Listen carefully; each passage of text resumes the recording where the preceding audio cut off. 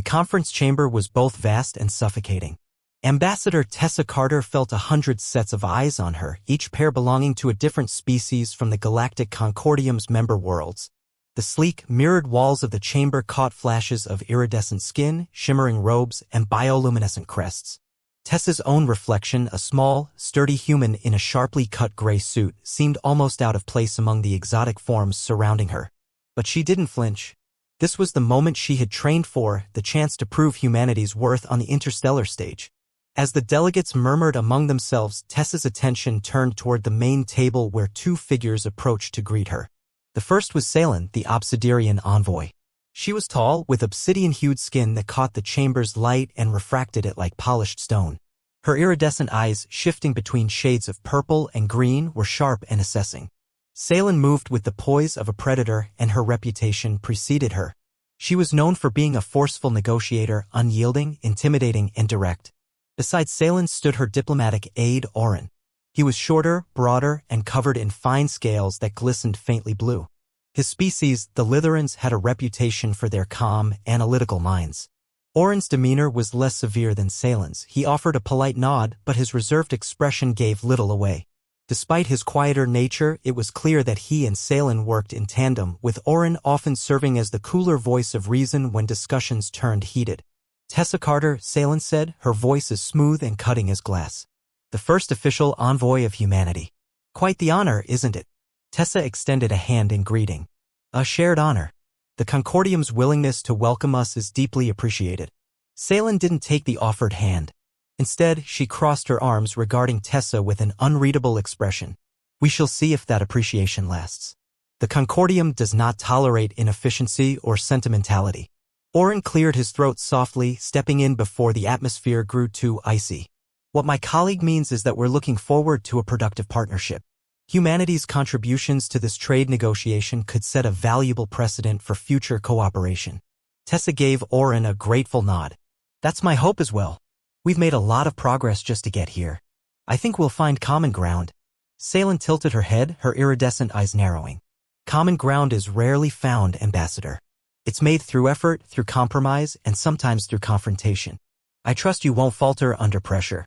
A lesser envoy might have bristled at Salen's thinly veiled challenge, but Tessa stood her ground. Pressure is nothing new to me. I'm here to work together, not to shy away from difficult discussions. For a moment, the chamber seemed to hold its breath. Then, unexpectedly, Salen's lips curved into a faint smile. We'll see. After the formal introduction, the three of them moved to a smaller meeting room to begin preliminary discussions. The room was stark and functional, with a circular table surrounded by high-backed chairs. A holographic display projected trade data and shipping routes hovering above the table's surface in crisp detail. As they reviewed the initial points of the agreement, Tessa noted how Salen and Orin played off each other. Salen's questions were pointed and direct, probing for weaknesses in humanity's proposal. Orin would then step in, tempering her critiques with thoughtful suggestions. It was a fascinating dynamic, Salen's aggressive approach balanced by Orin's steady pragmatism. Together, they formed a formidable negotiating team. So, Salen said, leaning back in her chair, your people claim they can deliver 20 metric tons of this mineral within the first quarter. What guarantees can you offer that these shipments will be on time and up to standard? Tessa met her gaze steadily. Our production facilities have been fully operational for over a year now. We've established efficient supply chains and a reliable workforce. Delays are unlikely, but in the event of unforeseen circumstances, we have contingency plans in place to minimize impact. Unlikely delays, Salen repeated, her tone skeptical. And these contingency plans, how robust are they? Have they been tested? Yes, Tessa replied. We've run multiple scenarios to ensure we're prepared. While no plan is perfect, we've taken every precaution to maintain our delivery schedule. Orin tapped a scaled finger on the table's edge. Perhaps you could provide us with some of your scenario results. It would help reassure the Concordium Council that humanity is taking this agreement seriously. Of course, Tessa said. I'll have our reports forwarded to you immediately. The discussion continued, each point dissected and debated. Tessa held her own, meeting Salen's sharp questions with clear, well-reasoned answers. Orin occasionally interjected with more measured observations, and Tessa found herself appreciating his level-headed approach. Despite the occasional tension, there was a sense of progress, however incremental. As the meeting drew to a close, Salen regarded Tessa thoughtfully. You're more prepared than I expected. Was that a compliment? Tessa asked, her tone lightly teasing. Salen's mouth twitched, almost forming a smile. Take it as you will, Ambassador. But understand this, the Concordium does not suffer incompetence. If your people falter, this agreement will collapse. We won't falter, Tessa said firmly. You have my word. Oren inclined his head. Thank you, Ambassador. We'll reconvene tomorrow to finalize the initial terms. Looking forward to it, Tessa said, rising from her seat. She extended a hand once more, and this time, after a brief hesitation, Salen took it. Her grip was firm, her skin cool and smooth. Tessa could feel the strength behind the gesture, a silent acknowledgement of respect. After the Concordium delegates departed, Tessa lingered in the chamber for a moment. She gazed at the holographic display, her thoughts already turning to the next steps. There was a long road ahead, but she couldn't help but feel a spark of optimism.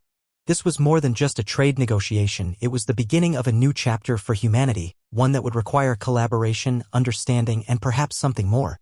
Chapter 2, A Fragile Partnership. The hours spent in the Concordium's negotiation chambers were grueling. By the end of the third session, Tessa had scribbled through several data pads worth of notes, each page crammed with her own shorthand and annotated charts.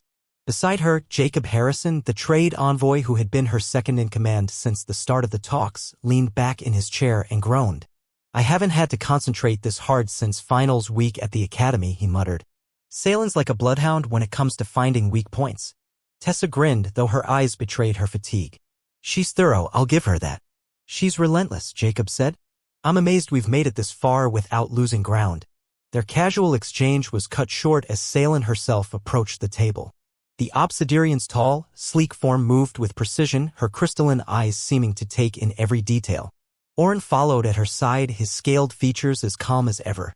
Ambassadors, Salen said, her voice smooth and commanding. I see you're still reviewing the supply chain projections.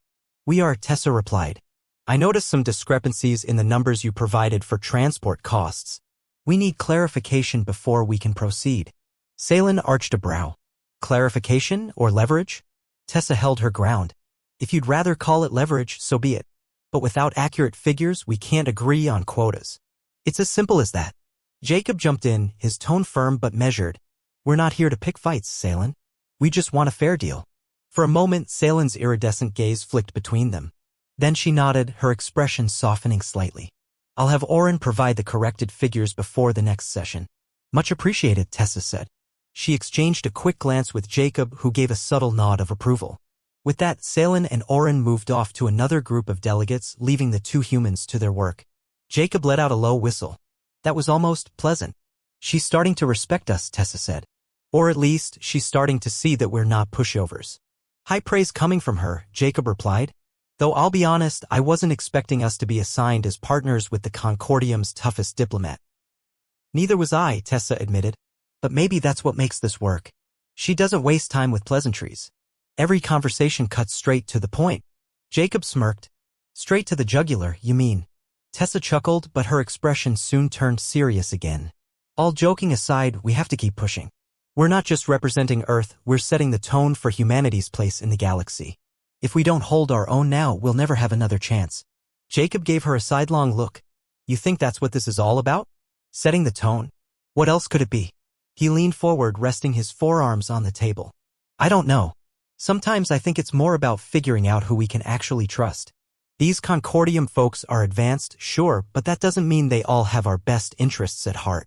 If anything, the way Salen tests us might be her way of seeing if we're worth trusting. That's one way to look at it, Tessa said. But either way, we have to be ready. These negotiations aren't going to get any easier. Jacob nodded, his usual grin giving way to a more thoughtful expression. So, we keep working. Together. Together. Tessa liked the sound of that. Jacob had been her steady companion through this whole process, a reliable counterweight to the constant pressure of Concordium politics.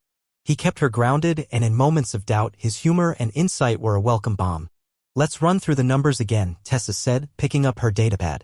If we can anticipate Salen's next move, we'll be in a better position tomorrow. The next morning, Tessa and Jacob arrived at the chamber early.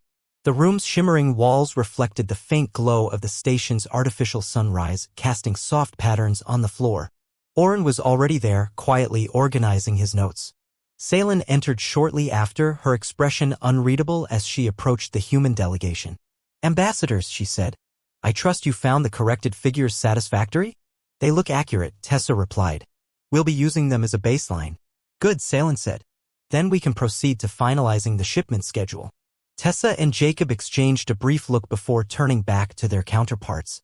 We've identified 3 key transport hubs, Jacob began, pointing to the holographic display. Each can handle the volume you're requesting, but we'll need to stagger the deliveries to prevent bottlenecks. And how long will the staggered shipments take to reach the Concordium's storage facilities? Salen asked. Approximately 10 days longer than a single bulk shipment, Jacob said. But it reduces the risk of delays. Salen's sharp gaze rested on him. You're willing to accept a longer timeline for the sake of stability? Jacob nodded. Yes. We're looking at the big picture here. Tessa chimed in. This approach ensures reliability. You'll have a steady, predictable flow of material rather than a single large shipment that could cause logistical issues. For a moment, Salen was silent, her expression thoughtful. Finally, she said, that is acceptable. We'll need to adjust our own infrastructure to accommodate the staggered schedule. Oren spoke up. I'll have our logistics team coordinate with yours to ensure a smooth transition. Perfect, Tessa said. Let's set up a joint team to finalize the details. Agreed, Salen said. She glanced at Jacob, a hint of approval in her otherwise stern demeanor. It seems your team understands the value of cooperation. Jacob gave her a small smile. We're all in this together, after all. After the session ended, Tessa and Jacob stepped out into one of the station's communal gardens, a rare green space amid the sleek metallic corridors. The air was crisp, the artificial sunlight warm against their skin. Did we just get a compliment from Salen? Jacob asked, a touch of amusement in his voice. I think we did, Tessa replied. That's progress. She's not as scary as I thought she'd be, Jacob said. Still intimidating, sure, but she's fair. Fair might be pushing it, Tessa said, though her tone was light. But she's not unreasonable. And Oren's been helpful.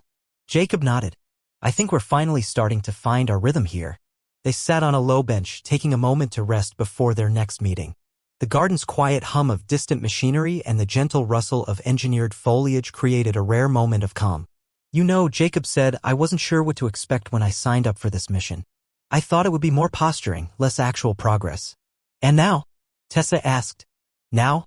Jacob leaned back, crossing his arms behind his head. Now I think we're on the verge of something big. Real partnerships, not just deals on paper. Tessa smiled, watching as a group of alien children chased one another down a nearby path. We've still got a long way to go. Sure, Jacob said, but it feels like we're moving in the right direction. And as they sat there, under the artificial sun, the future didn't seem quite so uncertain. Chapter 3, Trust Through Adversity. The tension in the command center was thick enough to cut with a knife. On the sprawling holographic display above the table, a fleet of small, unmarked vessels darted through space, heading directly for the convoy carrying humanity's promised shipment of rare minerals. Tessa stared at the projection, a sinking feeling in her stomach. These rogue traders were a problem she hadn't anticipated, though in hindsight, she realized maybe she should have. I'm guessing those ships aren't delivering flowers, Jacob muttered, leaning closer to study the flight patterns. Oren's calm voice broke through the room's tense silence. No identification codes, no communication pings. Their movement suggests coordinated intercept maneuvers. We're dealing with professional raiders. Fantastic, Tessa said dryly. She turned to Salen. Any chance Concordium security forces can intercept them? Salen shook her head. Our patrols are too far out of position. The convoy is in your territory. It's your responsibility. I was afraid you'd say that, Tessa said, already running through options in her mind. Jacob crossed his arms, his brow furrowed. Can we recall the convoy? Bring them back to a secure location until we can set up an armed escort. They won't make it in time, Oren said. Those raiders are moving fast. Then we have to slow the raiders down, Salen said, her tone crisp. Do you have any local assets, automated defenses, private security vessels? Tessa considered this. There's a mining outpost in the system with a few retrofitted freighters. They're not military grade, but they might be able to buy us some time. Contact them, Salen said, and tell them to deploy immediately. Oren, prepare a message to the convoy captains. Inform them to alter their course and rendezvous with the mining outpost's defenders. Oren nodded and began typing rapidly on his datapad. Tessa stepped aside, tapping her communicator to establish a direct link with the mining outpost. It took only a moment for the station's overseer, a grizzled ex-Navy officer named Vaughn, to appear on the small screen. Ambassador Carter, Vaughn said, his voice gruff but steady. I hope you're not calling just to check in. Vaughn, we've got a problem, Tessa said quickly. A convoy of ours is about to be intercepted by raiders. I need your freighters to engage and buy us time. The overseer frowned. Our freighters are old haulers, not combat ships. I know, Tessa said. But you've got experience and we're out of options. If you can just slow them down, we can get reinforcements in place. Vaughn sighed, running a hand through his silver hair. Fine. But if this goes south, I'll be expecting a damn good bottle of whiskey. Deal, Tessa said. Good luck, Vaughn. She ended the call and turned back to the group. Salen was watching her intently. You seem confident in that overseer. He's got a lot of experience under his belt, Tessa said. And he's resourceful. If anyone can hold them off, it's him. Salen nodded. We'll see. For now, we wait. The next few hours felt like an eternity. The command center remained quiet, save for the low hum of machinery and the occasional beep from Oren's console. Jacob paced the room, muttering to himself, while Tessa sat at the edge of the table, staring at the live feed of the convoy's position. Finally, a message came through. Oren read it aloud. The mining outpost's freighters have engaged the raiders. They're holding position but sustaining damage. Tessa gripped the edge of the table. How long can they hold out? Oren's expression was grim. Not long. The raiders' ships are more heavily armed. We need reinforcements, Jacob said. What about a nearby Concordium patrol? We've already redirected one, Salen said. But it's hours away. Then we're going to have to get creative, Jacob said. He pointed to the display. See this asteroid belt? If we can lure the raiders into it, they'll lose the advantage of their formation. It's risky, but it might give Vaughn's freighters a chance to even the odds. Tessa considered the suggestion. And if the freighters don't make it out of the belt? They'll have to, Jacob said firmly. But we need to act now. Tessa glanced at Salen. You're the strategist. What do you think? Salen studied the holographic map for a moment. It's a calculated risk, but I agree with Jacob. The belt's dense terrain could force the raiders to break formation. It's our best shot. Then let's do it, Tessa said. She contacted Vaughn again, explaining the plan. His gruff voice came back through the speaker. Sure, let's take on heavily armed raiders in a rock field. Why not? Vaughn said with a chuckle. I'll pass it along to my pilots. But Carter, if this doesn't work. It will, Tessa said, her tone leaving no room for doubt. You just have to hold them off a little longer. Vaughn grumbled something under his breath, then cut the transmission. The tension in the room ratcheted up once more as they watched the freighters begin their maneuver into the asteroid belt. It worked, at least at first. The raiders pursued the freighters into the belt, their formation scattering as they avoided the tumbling rocks. The mining ships used the asteroids for cover, darting out to fire shots before disappearing again. The convoy captains altered course, steadily gaining distance from the danger zone. But then the raiders adapted. They split into smaller groups, cutting off the freighters' retreat paths. The odds were quickly shifting again. Jacob cursed under his breath. Her jaw set. Not if we can help it. As the freighter's situation grew more desperate, a burst of light appeared on the display. A Concordium patrol fleet had arrived ahead of schedule, its sleek, silver ships charging into the fray. They fired precision shots at the raiders, who quickly began to retreat. The freighters regrouped, their battered hulls still intact. Relief flooded the command center. Jacob slumped back into his chair, shaking his head. That was way too close.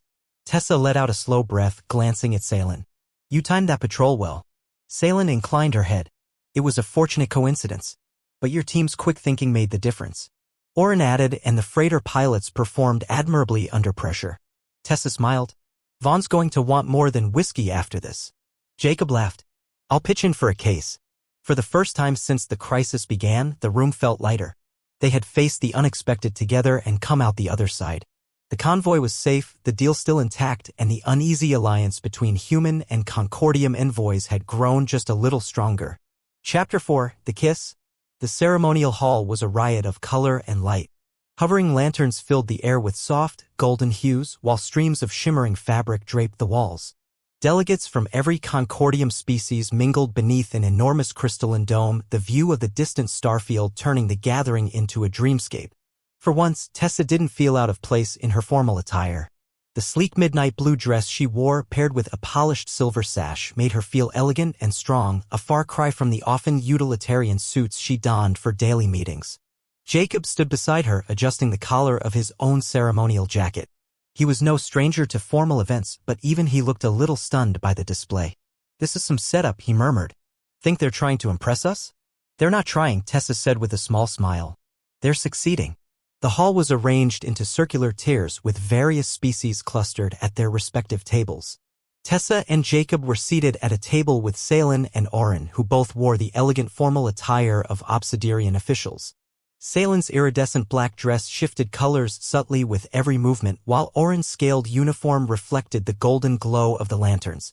The formal gathering marked the successful conclusion of their mineral agreement, a deal that promised benefits for both humanity and the Concordium.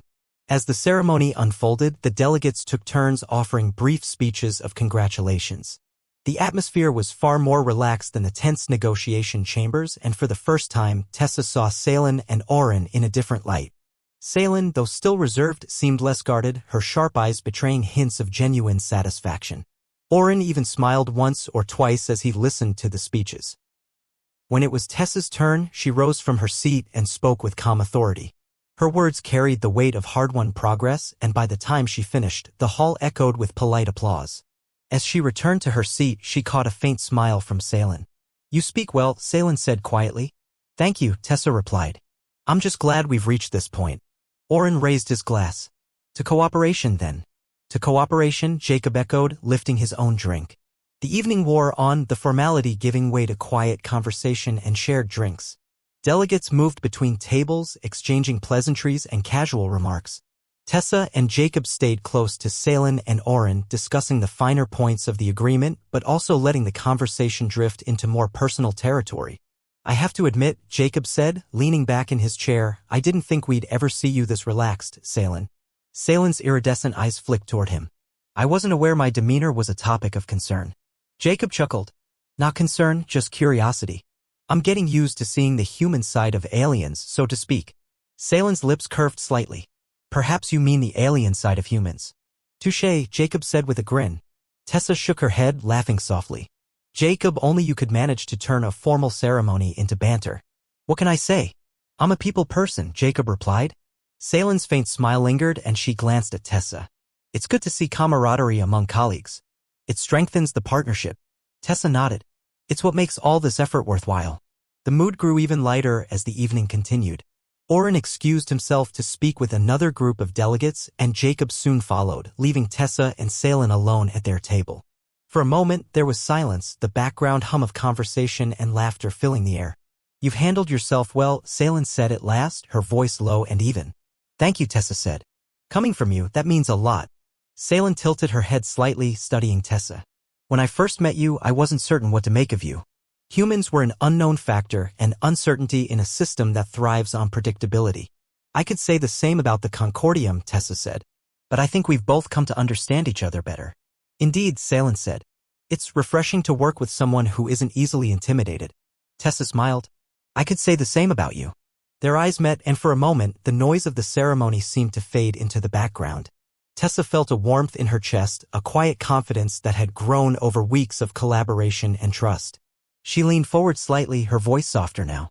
"Salen," she said, "I want you to know that I've come to respect you a great deal, not just as a diplomat, but as a person." Salen's expression softened, her iridescent eyes reflecting a mix of surprise and something more. "That's unexpected," she said, "but not unwelcome."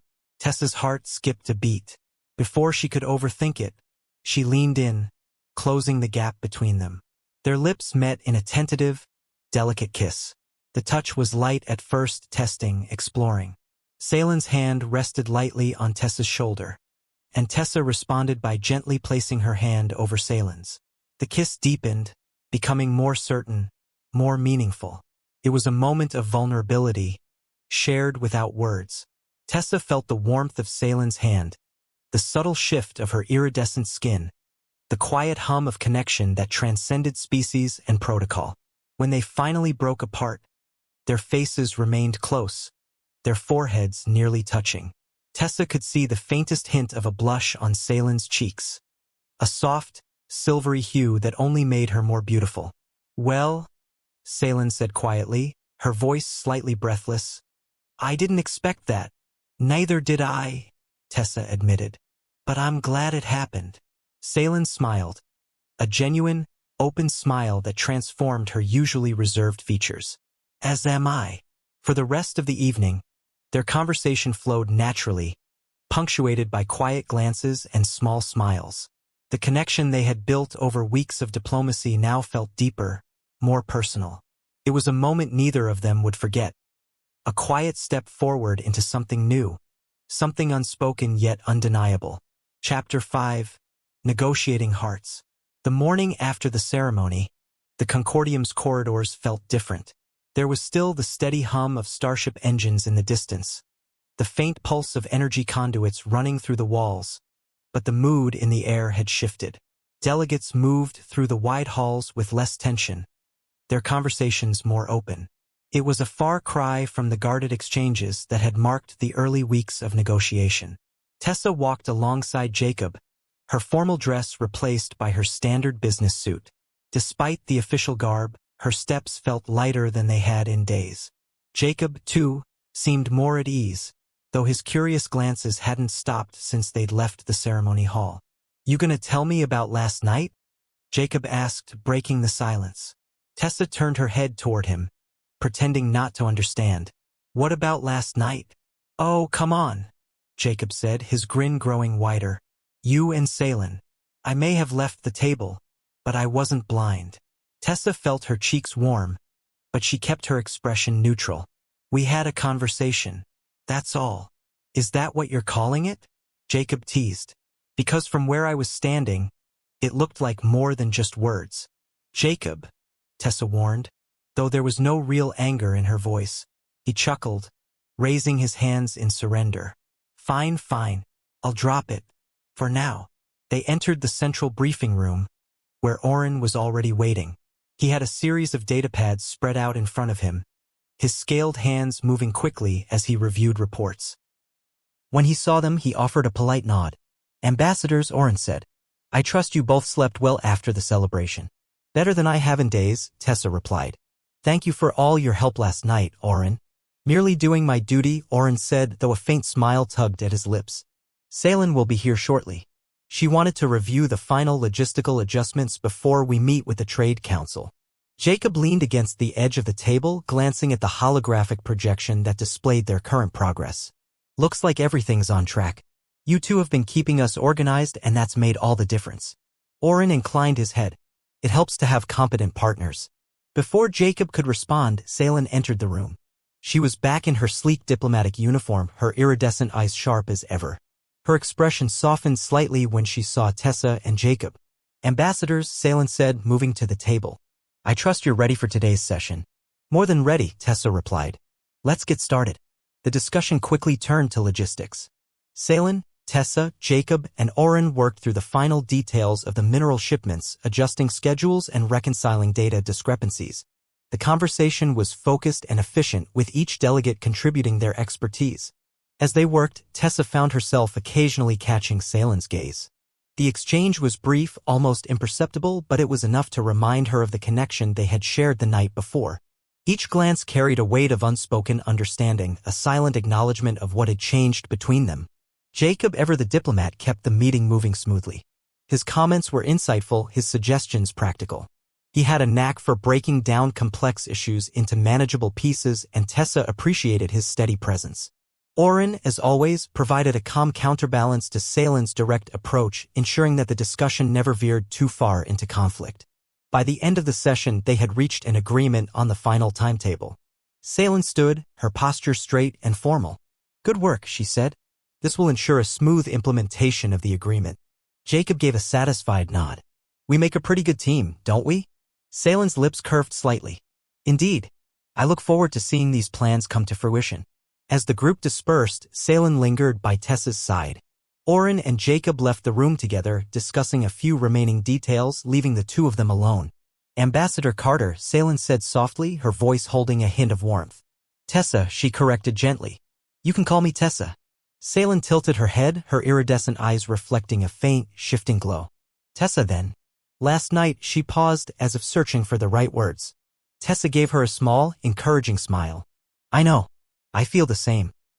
Salen's composure faltered for a moment, a rare vulnerability showing through. "It is not easy for me to connect with others, especially those outside my own kind. But I find myself drawn to me." Tessa finished, her tone soft.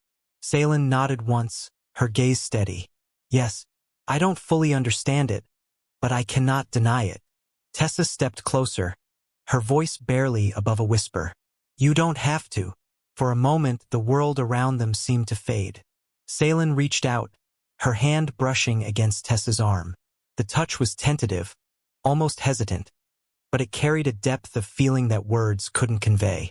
I know the challenges we face, Salen said quietly, but I also know that this, whatever it is, it feels genuine.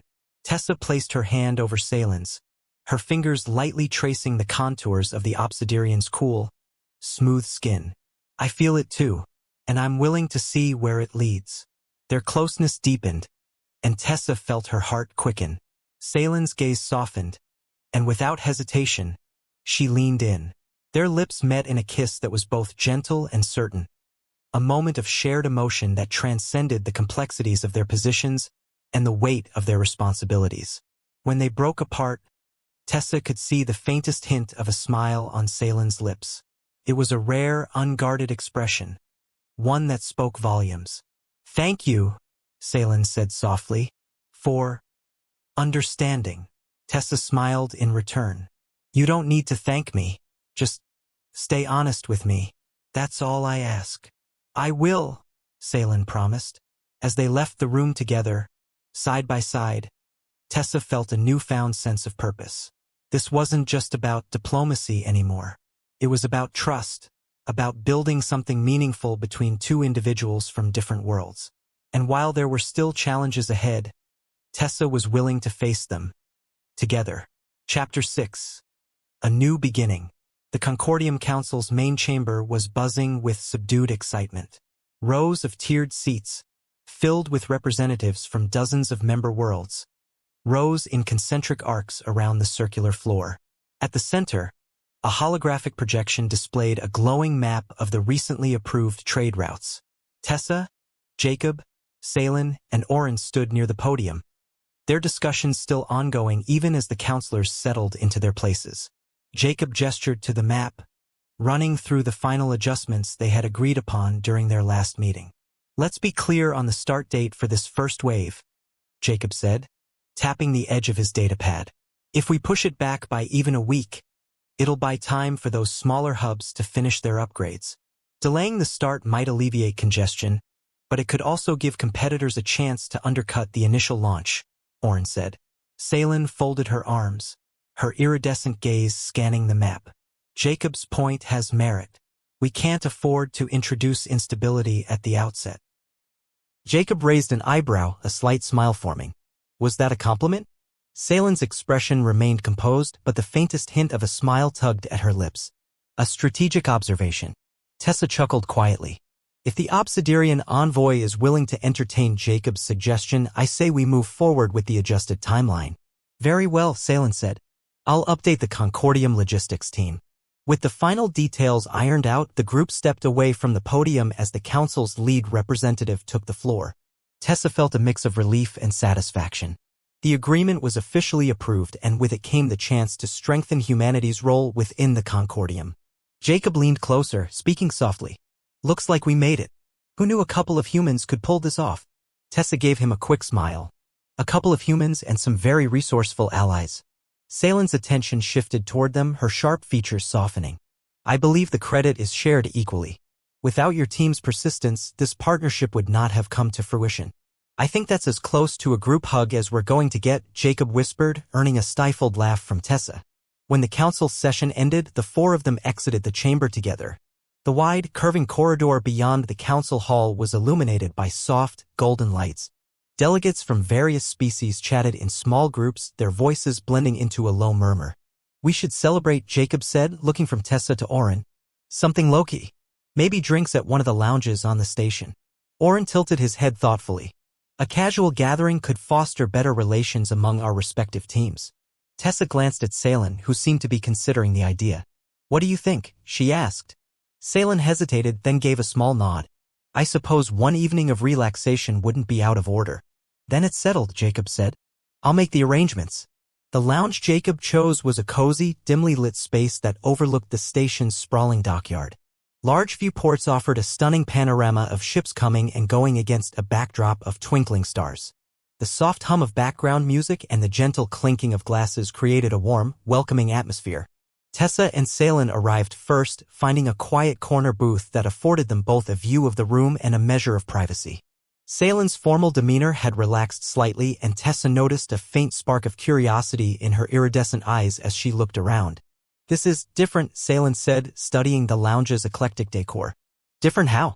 Tessa asked. "Less structured. Less formal. It's pleasant." Tessa smiled. "Sometimes it's good to step away from the conference rooms and just enjoy the moment." Salen considered this, then gave a small nod. "Perhaps you're right." Jacob and Oren joined them shortly after, carrying a tray of drinks. Jacob slid into the booth next to Tessa while Oren took the seat beside Salen. "I took the liberty of ordering a variety," Jacob said, setting the tray down. "Hopefully there's something here you'll like." Oren picked up a small glass filled with a shimmering blue liquid. "A Lytheran iceberry infusion." "A thoughtful choice." Jacob grinned. "I do my research." Salen selected a drink that matched the dark, iridescent hues of her attire. She took a small sip, her expression unreadable at first. Then she nodded once, almost imperceptibly. "Good?" Tessa asked. "Interesting," Salen replied. "And enjoyable." Tessa lifted her own glass, raising it slightly. "To teamwork." "To teamwork," Jacob echoed, raising his drink. Oren followed suit, and after a brief hesitation, Salen did as well. They spent the next hour talking freely, the usual formality giving way to more personal stories and shared humor. Jacob recounted a mishap during his academy days that had everyone laughing, while Oren described a particularly creative negotiation strategy his homeworld had once employed. Even Salen, though still reserved, shared a few anecdotes from her early diplomatic career. As the conversation continued, Tessa found herself glancing at Salen more often. There was a quiet confidence in the Obsidian's demeanor, but also a subtle warmth that hadn't been as visible before. It was clear that beneath the composed exterior was someone who valued connection and trust, even if she didn't often show it. Eventually, Oren and Jacob excused themselves to explore another part of the station, leaving Tessa and Salen alone once more. The lounge had grown quieter, the ambient lighting dimming slightly as the station's artificial night cycle began. "This is nice," Tessa said, breaking the co. "Maybe that's what we needed. A little less complication." Their gazes met, and for a moment, neither of them spoke. The connection they had built over the weeks of negotiation felt stronger now, more personal. Salen reached across the table, her hand brushing against Tessa's. "Perhaps we can continue this simplicity," Salen said softly. Tessa's hand lingered over Salen's. "I'd like that." As the stars beyond the viewport shimmered, the two sat quietly, their connection unspoken yet unmistakable. It was not the end of their journey, but the beginning of something new, something shared.